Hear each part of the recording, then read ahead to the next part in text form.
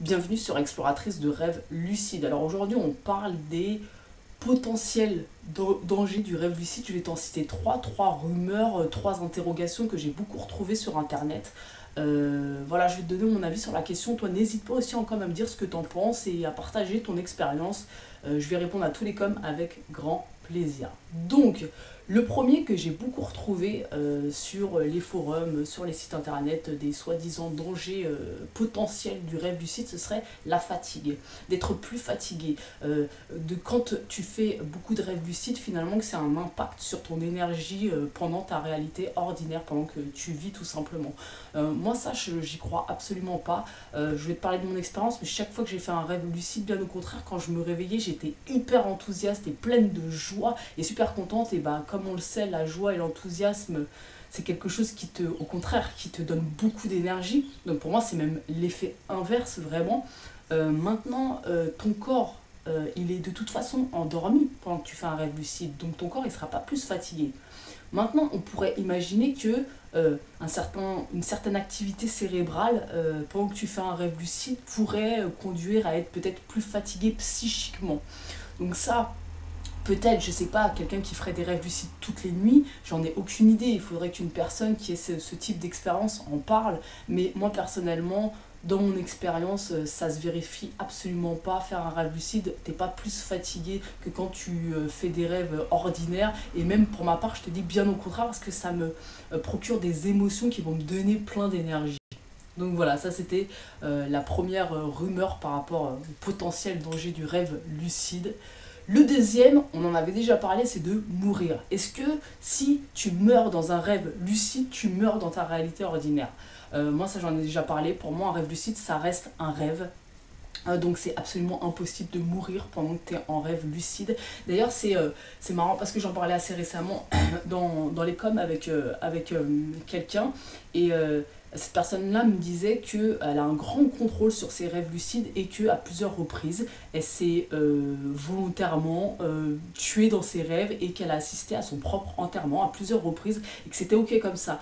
Et c'est marrant parce qu'en écoutant son histoire, ça m'a rappelé quelque chose. Et effectivement, il y a un livre qui est un de mes livres préférés, qui a complètement changé ma vie, qui s'appelle La danse de la réalité de Jodorowsky. Et Jodorowsky, dans son livre, alors c'est sa biographie, mais à un moment, il y a tout un chapitre qui consacre aux rêves et aux rêves lucides. Et effectivement, j'avais complètement zappé, mais en reprenant le livre, quand il parle des rêves lucides, et il parle également du fait qu'à plusieurs reprises, pendant un rêve lucide, il est mort et qu'il a continué le rêve pour autant. Enfin, il est mort et il a ressuscité, entre guillemets, et il a continué son rêve. Alors ça, je pense que c'est quand tu arrives à un espèce d'une énorme lucidité, quoi qu'il en soit, pour les moins expérimentés, parce que ça je pense c'est le cap expert on va dire. En tout cas pour ma part, chaque fois que je suis morte même dans un rêve ordinaire ou dans un rêve lucide, ça m'a tout simplement réveillée. C'est comme une forte émotion, tu te réveilles, donc il n'y a aucun danger, il n'y a vraiment aucun danger en tout cas dans mon expérience et dans ce que je pense par rapport au rêve lucide et à la mort, quoi. Donc ça c'est le deuxième point. La troisième rumeur, et c'est celle-là à la limite qui peut être un petit peu plus problématique, c'est la fuite. C'est-à-dire fuir ta réalité ordinaire dans tes rêves. Si tu as une réalité, une vie qui ne te plaît pas, pour une quelconque raison, d'avoir cette espèce de besoin finalement de fuir dans le rêve lucide. Mais en fait ça, c'est un petit peu comme les dépressifs. Les dépressifs, qu'est-ce qui se passe? Ils vont beaucoup fuir dans le sommeil, ils vont beaucoup dormir. Donc oui, effectivement, ça peut être un risque que si tu as une vie de merde, entre guillemets, tu veuilles fuir dans tes rêves lucides, parce que dans tes rêves lucides, tu contrôles tout et tu es le maître de ton monde et tu fais ce que tu veux. Mais en vrai, est-ce que c'est vraiment un problème? C'est-à-dire que je pousse le cas à l'extrême. C'est-à-dire une personne qui, je sais pas, dans sa réalité ordinaire, vivrait juste dans son petit studio et ferait que manger, être dans son studio, et qui toutes les nuits ferait des rêves lucides avec...